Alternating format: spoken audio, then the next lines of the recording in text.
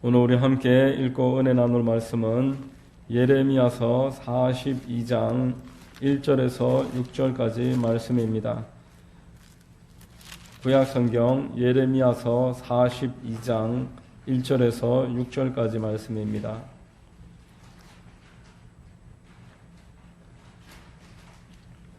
다 찾으셨으면 제가 봉독해 드리겠습니다. 이에 모든 군대의 지휘관과 가랴의 아들 요하난과 호사야의 아들 여사냐와 백성의 낮은 자로부터 높은 자까지 다 나와 선지자 예레미야에게 이르되 당신은 우리의 탄원을 듣고 이 남아있는 모든 자를 위하여 당신의 하나님 야훼께 기도해 주소서. 당신이 보는 바와 같이 우리는 많은 사람 중에 남은 적은 무리이니 당신의 하나님 야훼께서 우리가 마땅히 갈 길과 할 일을 보이시기를 원하나이다. 선지자 예레미야가 그들에게 이르되 내가 너희 말을 들었은즉 너희 말대로 너희 하나님 야훼께 기도하고 무릇 야훼께서 너희에게 응답하시는 것을 숨김이 없이 너희에게 말하리라. 그들이 예레미야에게 이르되 우리가 당신의 하나님 야훼께서 당신을 보내사 우리에게 이르시는 모든 말씀대로 행하리이다. 야훼께서는 우리 가운데에 진실하고 성실한 증인이 되시옵소서. 우리가 당신을 우리 하나님 야훼께 보냄은 그의 목소리가 우리에게 좋든지 좋지 않든지를 막론하고 순종하려 함이라. 우리가 우리 하나님 야훼의 목소리를 순종하면 우리에게 복이 있으리이다 하니라. 아멘.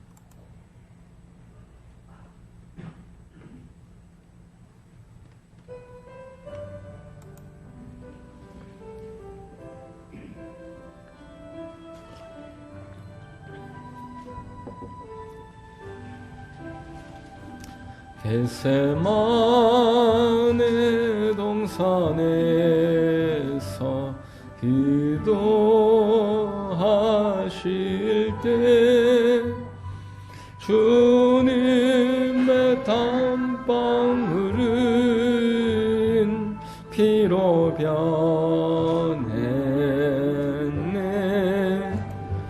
하나님을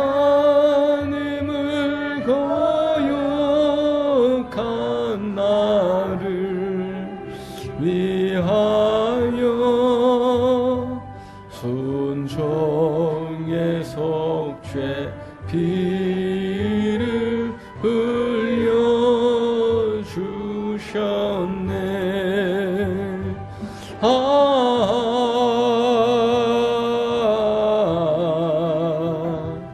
주의 사랑 깊고 크셔라. 내 영혼의 파도처럼 메아리 쳐온다. 빌라도의 뜰에 서서 가시관 쓸 때 주님의 온 얼굴은 피로 젖었네.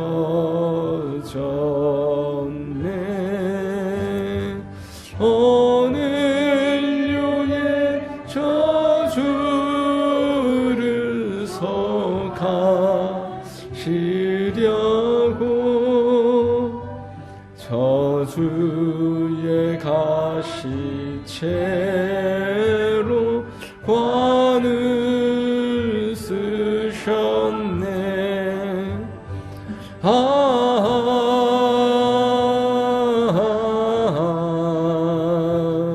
주의 사랑 깊고 크셔라. 내 영혼의 파도처럼 메아리 쳐온다. 빌라도의 군인들이 때린 채찍 우리에게 찢어져 피로 물든 주님 등허리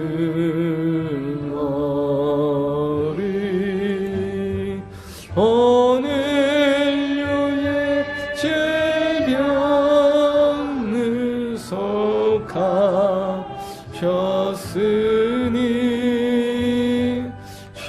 치료의 강물에서 넘쳐 흐르네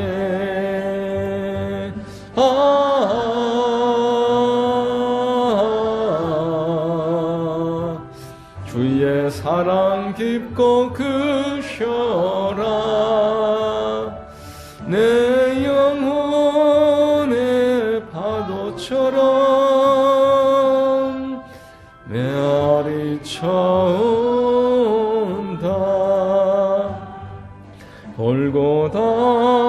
골고다의 십자가에 달리신 주님 손과 발 옆구리에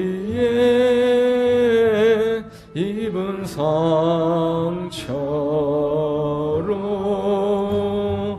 온몸에 물과 피를 다 흘리셔서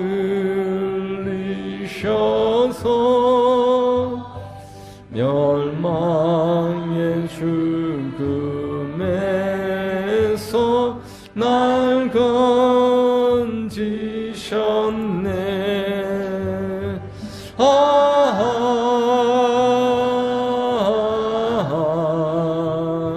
주의 사랑 깊고 크셔라 내 영혼의 파도처럼 메아리 쳐온다.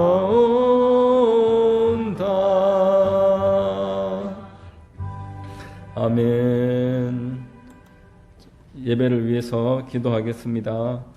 사랑과 은혜가 풍성하신 참 좋으신 하나님, 하나님의 은혜 가운데 올 새해를 맞이하여 하나님 건강과 은혜 더해 주시고 믿음 주셔서 예배하면서 살아가도록 역사해 주셔서 감사합니다. 이 시간 오직 예수 그리스도의 보혈을 의지하여 하나님 사랑 앞으로 나아가기를 원하오니 주님 우리의 심령을 활짝 열어주시고 생각과 잡념이 잠잠해지게 하시고 하나님 은혜 가운데 잠기는 시간 되도록 역사하시고 인도하여 주시옵소서. 나라와 민족을 위해 기도합니다. 이 땅에 올바른 지도자를 세워주시고 하나님 선하게 보시는 뜻이 이루어지는 나라 되게 하여 주옵소서.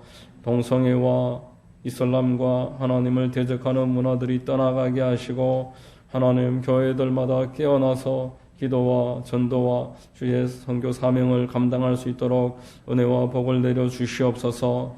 북녘 땅에 있는 동포들을 불쌍히 여기시고 은혜 가운데 복음으로 통일을 이룰 수 있도록 축복하옵소서.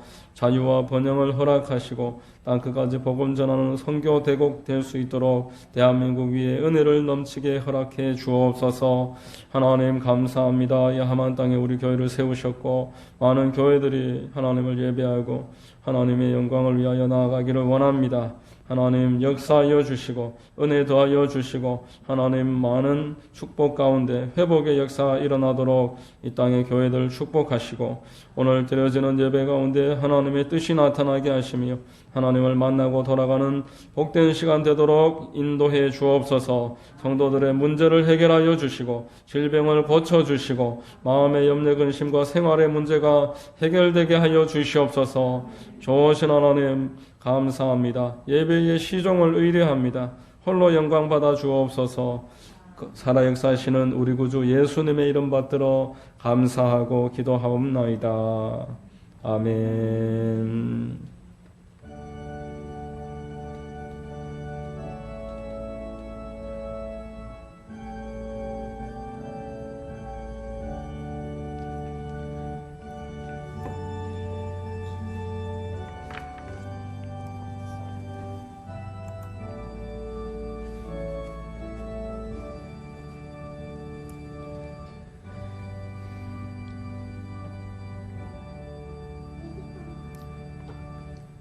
할렐루야. 주일 예배에 나오신 여러분들 주님 이름으로 환영하고 축복합니다. 우리 옆에 분들과 한번 인사하겠습니다. 참 잘 오셨습니다. 참 잘 오셨습니다. 만나서 반갑습니다. 저는 봉독해드린 예레미야서 42장 1절로 6절 본문 말씀을 통해서 넘어지더라도 하나님 앞으로, 넘어지더라도 하나님 앞으로, 이와 같은 제목으로 말씀을 전하겠습니다. 성령님께서 우리 모두에게 큰 은혜와 깨달음과 감동 더해 주시기를 바랍니다. 여러분, 성경은 하나님께로부터 이탈되는 것을 죄라고 규정을 합니다. 레일 위에 철도가 잘 달려서 그 목적지까지 도달하듯이 그 레일을 벗어나면은 아무리 기능이 좋고 많은 사람이 타도 이미 레일을 벗어난 그 철도는 목적지에 도달할 수가 없습니다. 탈선한 것입니다. 그게 바로 성경에서 말하는 죄다라는 것입니다. 하나님의 뜻을 벗어나서 당장은 어떤 소기의 목적을 달성할지라도 그 소기의 목적이 장차 나에게 끝까지 복으로 남아있는 것은 아니다라고 말씀하는 겁니다. 창세기를 보면은 아브라함과 롯이 나옵니다.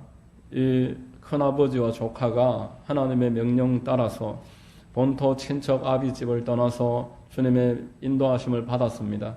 하나님이 크게 축복을 해주셨습니다. 그런데 그 가나안 땅에서 아브라함의 목자의 그 무리들과 롯의 가축을 치는 목자의 무리들이 땅이 너무나 좁아서 결국 같이 있을 수 없어서 다투기 시작했습니다. 아브라함이 연장자이고 또 큰아버지이고 먼저 하나님의 명령을 받아서 떠나온 그 장본인이기 때문에 우선권이 있었지만 아브라함이 조카에게 우선권을 양보하고 네가 먼저 선택해서 좋아 보이는 곳을 떠나라. 먼저 선택을 하라. 이렇게 말씀했습니다. 창세기 13장 10절에 네 앞에 온 땅이 있지 아니하냐. 나를 떠나가라. 네가 좌하면 나는 우하고 네가 우하면 나는 좌하리라. 네가 먼저 선택해서 원하는 곳을 선택하면 나는 다른 곳으로 가겠다. 양보했던 것입니다. 당연히 그 조카도 큰아버지에게 양보하는 것이 마땅합니다. 아버지께서 먼저 선택하십시오. 그러면 제가 다른 곳을 가겠습니다. 이렇게 하는 것이 마땅할 텐데 아버지가 양보한다고 이 조카가 바로 선뜻 받아들입니다. 그리고는 자기 눈에 보이기 좋아 보이는 곳, 하나님께 기도 한번 하지 않고 눈에 보이고 또 향락이 있는 여러 가지 좋아 보이는 것들이 많은 조건 있는 곳으로 선택해서 가버렸습니다. 결국 그 선택한 곳은 소돔과 고모라인데 그 땅은 하나님으로부터 심판을 받고 불로서 유황으로서 멸망하고 맙니다.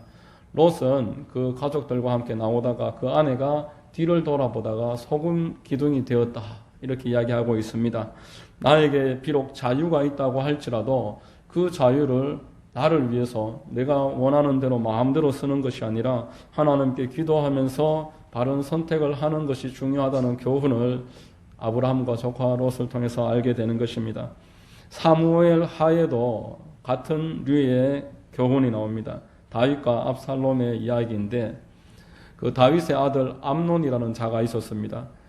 다윗의 배다른 암논의 배다른 형제 그 압살롬과 그 압살롬의 누이 동생 다말이라는 여인이 있었는데 암논이 그 다말을 겁탈을 합니다. 다윗이 그 사실을 알고는 진노했지만 딱히 그 징계를 내리지 않았습니다. 분노했던 압살롬은 자기가 직접 그 암논에게 보복을 해서 살해를 합니다. 결국 피난길에 올랐고 몇 년이 지난 후에 다윗이 압살롬을 다시 불러들였습니다. 문제가 일단락되는 것처럼 보이는데 이 압살롬의 마음에는 아직 많은 것들이 남아있었고 결국에는 쿠데타를 일으켜서 다윗까지 죽이려고 듭니다. 다윗이 예루살렘에서 피난을 하게 되고 다윗의 후궁 10사람이 백주의 그 아들에게 성폭행을 당하는 아주 비극적인 역사가 성경에 기록되어 있습니다. 다윗은 자기가 심은 것을 그대로 거둔 것입니다. 그러나 압살롬은 그 과정 가운데서 하나님의 뜻에서 벗어났습니다. 한 번도 이 문제를 놓고 하나님께 기도한 적이 없었고 그리고 하나님이 세우신 기름 부은 자를 직접 손으로 들어서 처단하지 않는다는 이 영적 교훈을 무시했습니다.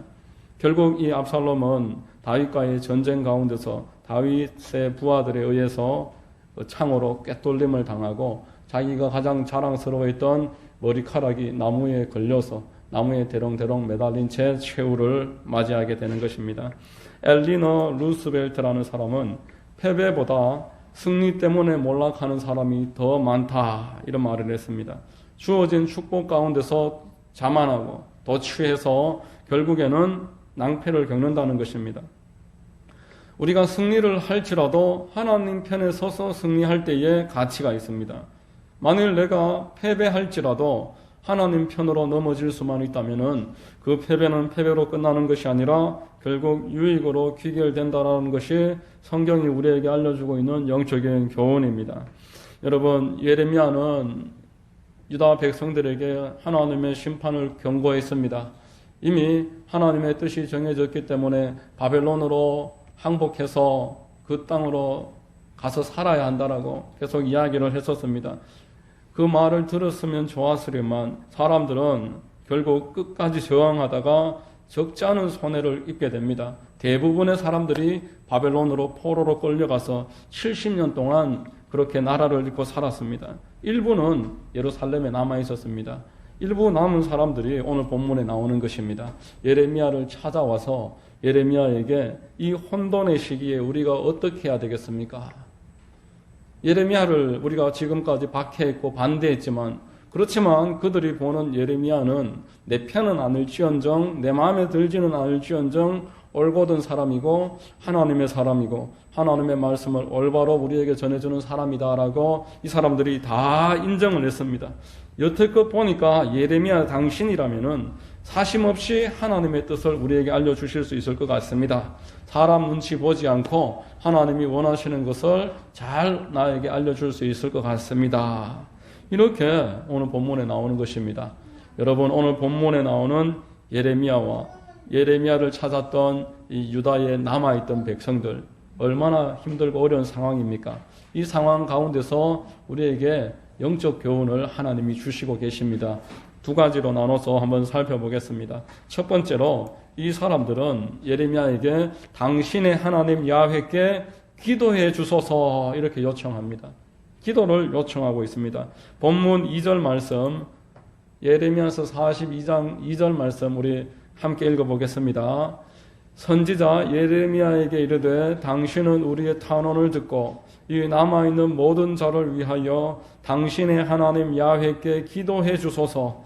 당신이 보는 바와 같이 우리는 많은 사람 중에서 남은 적은 무리이니 이렇게 말합니다. 여러분, 우리가 누구나 하나님께 나아가서 기도할 수 있습니다. 그런데 오늘 본문에 나오는 사람들은 자신들이 기도하면 될 일이지 왜 예레미야를 찾아와서 기도해달라고 요청하겠습니까? 지금까지 박해했고 그의 말을 무시했었는데 이제는 나와서 나를 위해서 기도해 주세요. 이렇게 이야기하는 것을 보면서 많은 것들을 생각할 수 있습니다.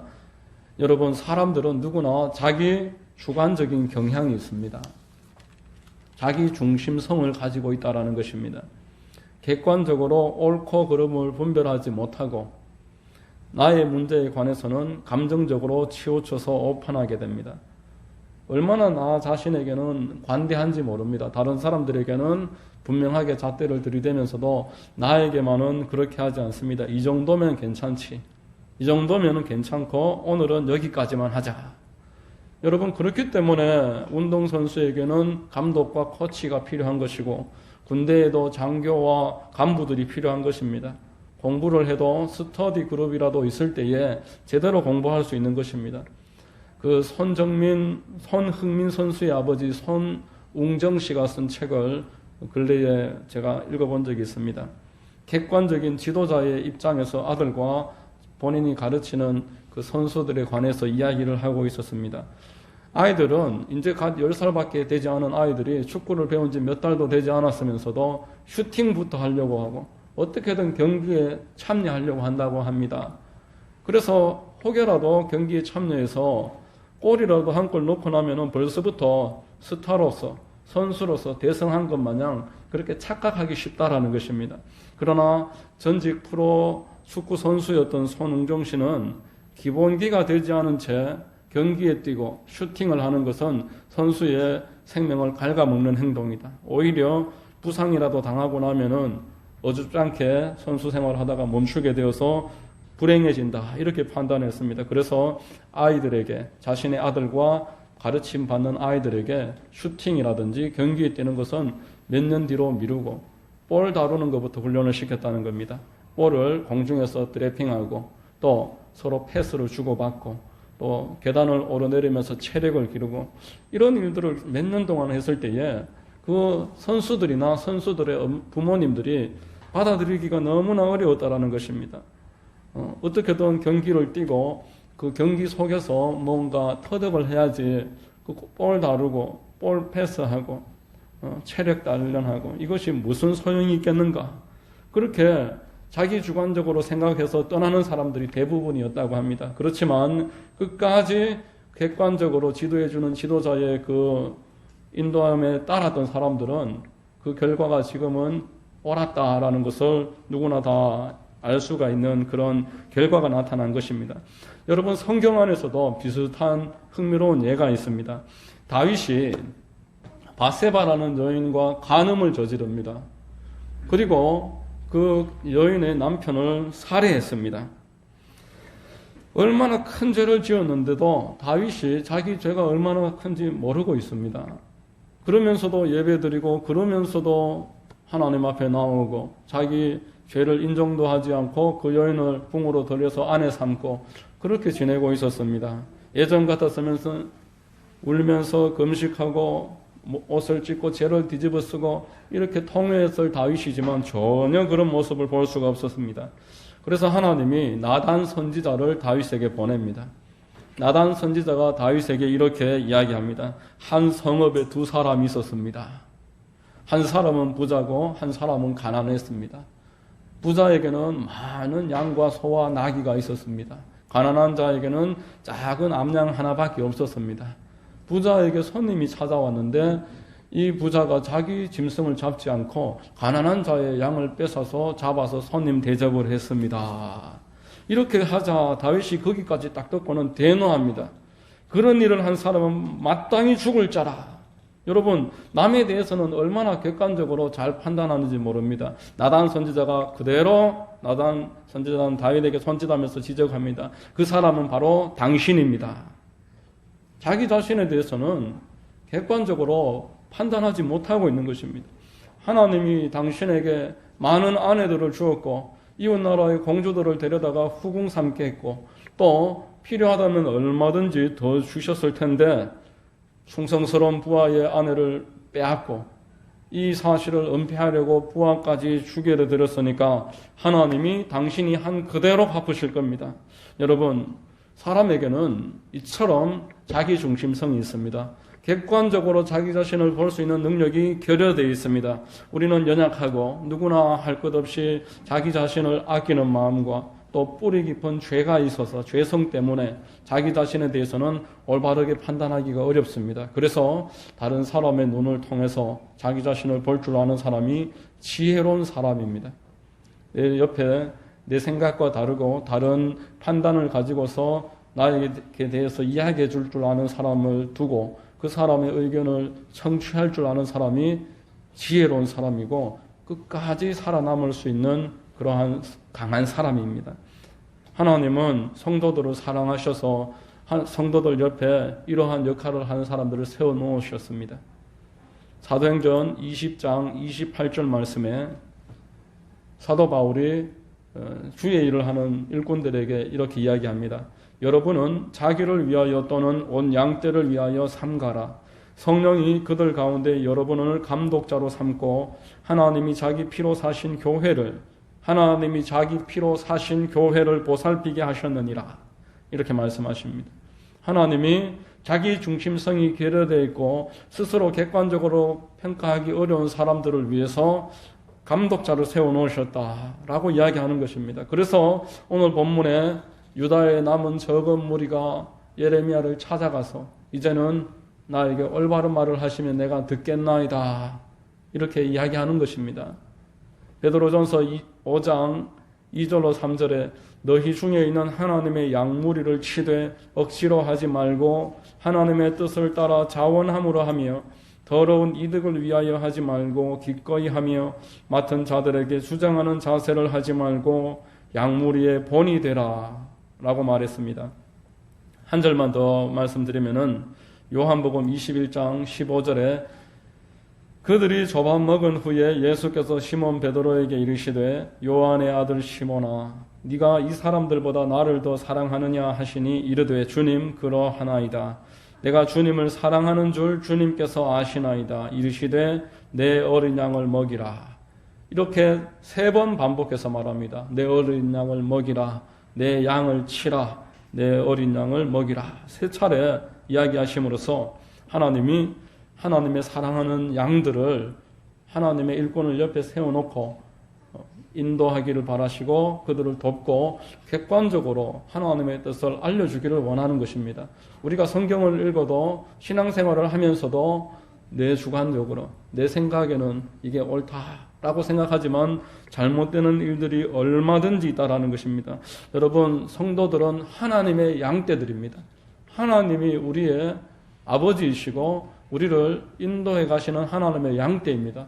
그러나 이 땅 가운데서 하나님이 우리를 인도하기 위한 방법으로 하나님의 일꾼들을 세워놓으셨습니다. 하나님의 양떼들을 말씀과 기도로서 바르게 인도해 나가기를 하나님 원하시는 것입니다. 이 땅에 공중 권세 잡고 있는 악한 원수 마귀 사탄은 할 수만 있으면은 하나님의 택하신 백성들이라도 넘어뜨리려고 혈안이 되어 있습니다. 우는 사자와 같이 이 땅에 하나님에게서부터 이탈하게 하고 하나님에게서부터 멀어지게 하고 그렇게 해서 멸망시키려고 하는 세력이 있다라는 것입니다. 할 수만 있으면 교회를 분열시키려고 하고 목회자와 성도 사이를 이간질하기 기뻐하고 객관적인 기준을 제거해버리고 사사기 표현대로 자기 소견에 옳은 대로 살도록 만들어가는 것입니다. 여러분, 프랑스의 시인 폴 발레리라는 사람이 이렇게 말했습니다. 생각하는 대로 살지 않으면 사는 대로 생각하게 된다. 올바른 내용에 대해서 깨닫고 그 내용을 쫓아서 살지 않으면 내가 살아가는 것을 계속 합리화하게 된다라는 것입니다. 죄를 짓고도 처음에는 마음의 가책을 느낍니다. 그렇지만 점점 가책이 줄어들고 남들도 다 이렇게 하는데 뭐 이렇게 생각합니다. 그래도 나 정도면은 괜찮지 이렇게 생각합니다. 예를 들어서 누군가가 대장동에서 공권력을 이용해서 수천억의 이익을 받습니다. 공무원들이 그 사실을 보고는 나는 기껏 500만 원도 안 되는 뇌물 좀 받았는데 이 정도야 뭐 용돈벌이지 괜찮지 뭐 나 정도는 괜찮지 이렇게 이야기하고 또 1억도 안 되는 이 횡령한 거 이 정도야 이렇게 한다고 나라에 어떤 지장이라도 주겠어 이렇게 생각하면서 자기를 계속 합리화해 가는 게 사람입니다. 처음부터 그렇게 하는 것이 아니라 조금씩 물들어갑니다. 그렇지만 하나님은 이 모든 일을 지켜보시다가 하나님의 때가 되면은 이 모든 일들에 대해서 책임을 부과하시는 분이십니다. 시편 50편 21절 말씀에 네가 이 일을 행하여도 내가 잠잠하였더니 네가 나를 너와 같은 줄로 생각하였도다. 그러나 내가 너를 책망하여 내 죄를 내 눈앞에 낱낱이 드러내리라 이렇게 말씀했습니다. 여러분, 하나님의 기준은 서서히 역사하실 따름이지 맷돌에 그 곡물을 갈듯이 정확하게 완벽하게 역사하셔서 하나도 빠짐없이 갈아버리시는 게 하나님의 방법입니다. 때가 되면은 하나님이 하셨다라는 것을 사람들은 다 목도하게 되는 것입니다. 서서히 역사하시는 것은 저와 여러분에게 오늘도 기회를 주시기 위해서 여러분들을 바른 방향으로 인도하시기 위해서 여러분들이 지금이라도 돌이켜서 하나님의 뜻 가운데로 나아가게 하시려고 서서히 역사하신다는 것을 꼭 기억하시기를 주의 이름으로 축원드립니다. 두 번째로 이 적은 무리가 찾아와서 이렇게 말합니다. 당신의 하나님이 하시는 모든 말씀대로 내가 행하리이다. 우리 본문 5절 말씀 같이 한번 읽어보겠습니다. 같이 읽겠습니다. 시작. 그들이 예레미야에게 이르되 우리가 당신의 하나님 야훼께서 당신을 보내사 우리에게 이르시는 모든 말씀대로 행하리이다. 야훼께서는 우리 가운데에 진실하고 성실한 증인이 되시옵소서라고 말합니다. 여러분, 순종이라는 것은 내가 취사 선택해서 이것은 하고 저것은 하지 않는 것, 순종이 아닙니다. 그렇게 할 때에 하나님은 나의 하나님이 되시지 않고 나는 하나님의 종이 될 수가 없습니다. 순종이라는 것은 무슨 말을 하시든지 시키는 그 모든 말씀에 대해서 따르는 것이 바로 순종입니다. 요한복음 2장에 보면은 가나의 혼례잔치가 벌어집니다. 가나의 혼례잔치에 예수님과 예수님의 어머니와 제자들도 함께 초청을 받았습니다. 그런데 공교롭게도 포도주가 바닥이 났습니다. 중동 지역은 물이 귀하기 때문에 포도주가 물 대용이기도 하고 포도주가 없는 그런 잔치는 상상하지 못합니다. 곧 파장이 되는 것입니다. 예수님이 그 자리에 계셨지만 예수님은 그 일에 관여하기를 원치 않으셨습니다. 아직 나의 때가 되지 않았습니다. 그러나 예수님의 어머니는 하인들을 불러서 이렇게 말씀합니다. 그의 어머니가 하인들에게 이르되 너희에게 무슨 말씀을 하시든지 그대로 하라. 여러분, 마리아의 이 믿음과 무슨 말씀을 하시든지 순종하겠다고 했던 그 하인들의 순종으로 인해서 하나님은 그 땅에 역사를 시작하셨습니다. 예수님이 정결 예식에 쓰는 그 물, 손과 발을 씻는 그 물을 떠서 그 잔치 자리에 포도주 그릇에 담아서 갖다 드려라 했을 때에 말도 되지 않는 이런 명령이지만 두 눈을 질끈 감고 종들은 그 어려운 명령에 순종을 했습니다. 이때 물을 들고 잔치 자리로 갈 때 물이 그 도중에 포도주로 변화된 것입니다. 포도주가 떨어져서 혼례 잔치가 파장될 뻔했는데 그러나 풍성한 잔치로 사람들이 칭찬하면서 어디서 이렇게 좋은 포도주를 끝까지 내놓느냐면서 칭찬하는 아름다운 잔치로서 귀결될 수 있었습니다. 마리아의 그 믿음과 간청하심과 또 무슨 말씀을 하시든지 시키는 대로 다 하겠다고 했던 이 하인들의 순종이 예수님의 첫 번째 표적을 드러내었던 것입니다. 여러분, 우리가 하나님이 무슨 일이라도 해주실 수 있으시며 나에 관해서 하나님이 제한이 없으시다는 것을 믿으시면 아멘 하시기 바랍니다. 여러분, 하나님은 여러분들을 사랑하신다고 하셨습니다. 하나님은 천지를 창조하신 전능자라고 말씀하셨습니다. 우리에게 안 해주실 것이 없으신 분이십니다. 이 믿음을 가진 다음에 그 다음에는 오늘 본문에 나오는 사람들처럼 말씀하시면은 제가 다 행하겠나이다. 이렇게 순종하겠다는 마음의 결단, 하나님이 말씀하시는 바에 대해서 내가 따르겠습니다 라고 하는 그 마음의 선포하심이 있을 때에 하나님은 우리를 통해서 역사하십니다. 예수께서도 말씀을 듣는 것에서 그치지 말고 듣고 행함이 있는 것이 중요함을 말씀했습니다. 예수님이 사역할 때에 제자들과 함께 가르치고 계셨는데 어머니와 동생들이 찾아왔습니다. 그래서 제자들이 당신의 어머니와 동생들이 찾아왔습니다. 이렇게 이야기를 하니까 예수님이 그 무리들을 향해서 이렇게 말합니다. 무리가 예수를 둘러앉았다가 여짜오되 보소서 당신의 어머니와 동생들과 누이들이 밖에서 찾나이다. 대답하시되 누가 내 어머니이며 동생들이냐 하시고 둘러앉은 자들을 보시며 이르시되 내 어머니와 내 동생들을 보라. 누구든지 하나님의 뜻대로 행하는 자가 내 형제요 자매요 어머니이니라 라고 말했습니다. 여러분, 부모 형제들이 옆에서 들을 때에 섭섭했을 것입니다. 그렇지만 하나님은 영적 진리를 제자들에게 알려주시기 위해서 이렇게 말씀을 했습니다. 하나님의 나라는 혈연과 경력으로 판가름 나는 것이 아닙니다.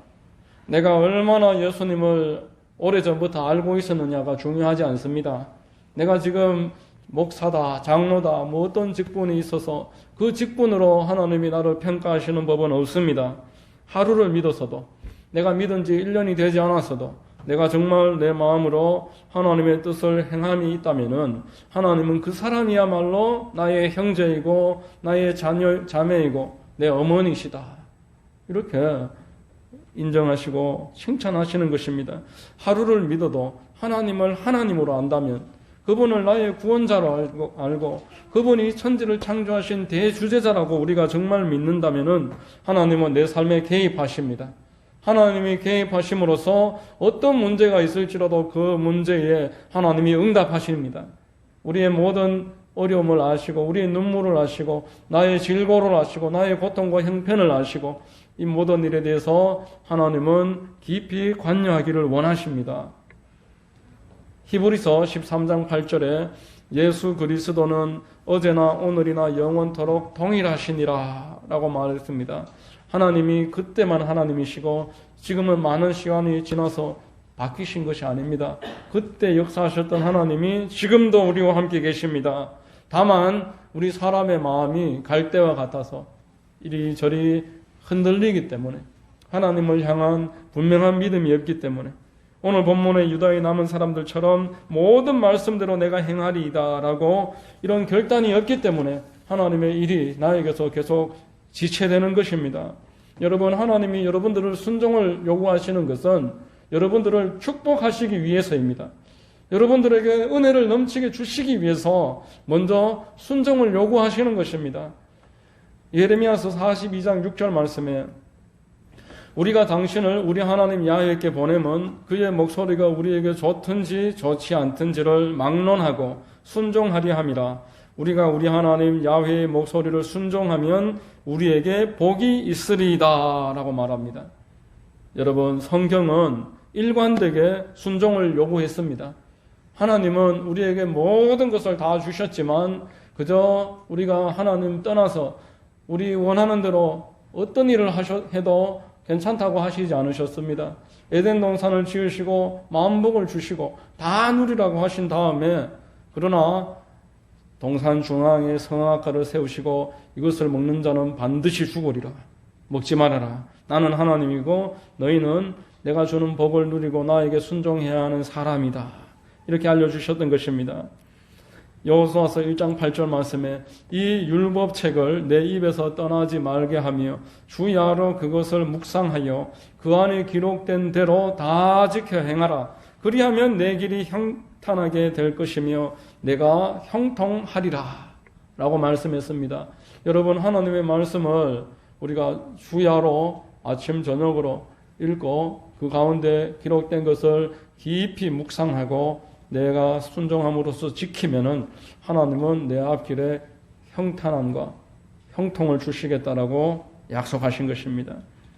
여러분, 왜 우리에게 순종이 필요한지만 잠깐 말씀드리고 마치겠습니다.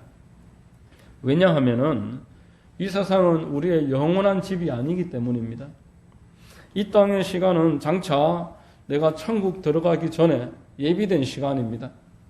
하나님이 나를 천국으로 인도하시기 전에 이 육신의 시간을 주신 것은 이 육신의 시간을 통해서 하나님의 영광을 나타내고 영혼 구원하는 일에 참여하게 하시기 위해서, 그래서 하나님께 순종함으로 말미암아서 그분의 영광이 드러나고 주변의 사람들이 우리가 하나님께 순종하는 모습을 통해서 하나님을 경험하게 됩니다. 하나님이 정말 살아계시는구나. 하나님이 저 사람에게 실제로 역사하는구나. 그렇지 않고 우리가 형통하게 되면은 그 형통의 근거가 하나님이시다는 것을 세상 사람들이 어찌 알겠습니까? 내가 하나님께 순종하고 하나님을 사랑하는 마음을 먼저 보였을 때에 하나님이 우리를 평탄하게 하시고 형통하게 하심으로써 당신의 영광을 드러내시고 우리가 하나님 믿는 사람인 것을 주변이 알게 만들어 나가시는 것입니다. 여러분, 그러므로 말씀과 순종은 불가분의 관계입니다. 순종하지 않으면은 말씀은 그저 문자일 뿐입니다. 그러나 내가 순종함으로 이 말씀은 나에게 그때부터 하나님이 됩니다. 기록된 말씀을 주야로 묵상함으로써 하나님과 동행하는 놀라운 은혜와 복을 누리시게 되는 것입니다. 여러분 모두에게 이 말씀과 동행하고 말씀으로 말미암아 넘치는 은혜를 받는 큰 축복이 있게 되시기를 예수 그리스도의 이름으로 축원드립니다. 기도하겠습니다. 좋으신 하나님 감사합니다. 오늘 말씀을 통해서 우리가 지금 아무리 넘어졌을지라도 낮은 곳에 처해 있을지라도 하나님께 나와서 객관적으로 기도하고 하나님의 말씀이 어떠한지 깨달아서 그 말씀대로 순종하고, 이것이 바로 우리가 넘어질지라도 하나님께 나아가면은 살게 됨을 알려주시는 주님의 뜻인 줄로 믿습니다. 우리 모두가 하나님의 말씀을 부여잡고 2022년에 승리하게 하시고 하나님의 동행함으로 말미암아 큰 은혜와 복을 누릴 수 있도록 역사해 주시옵소서. 예수 그리스도의 이름으로 감사하고 기도드리옵나이다. 아멘.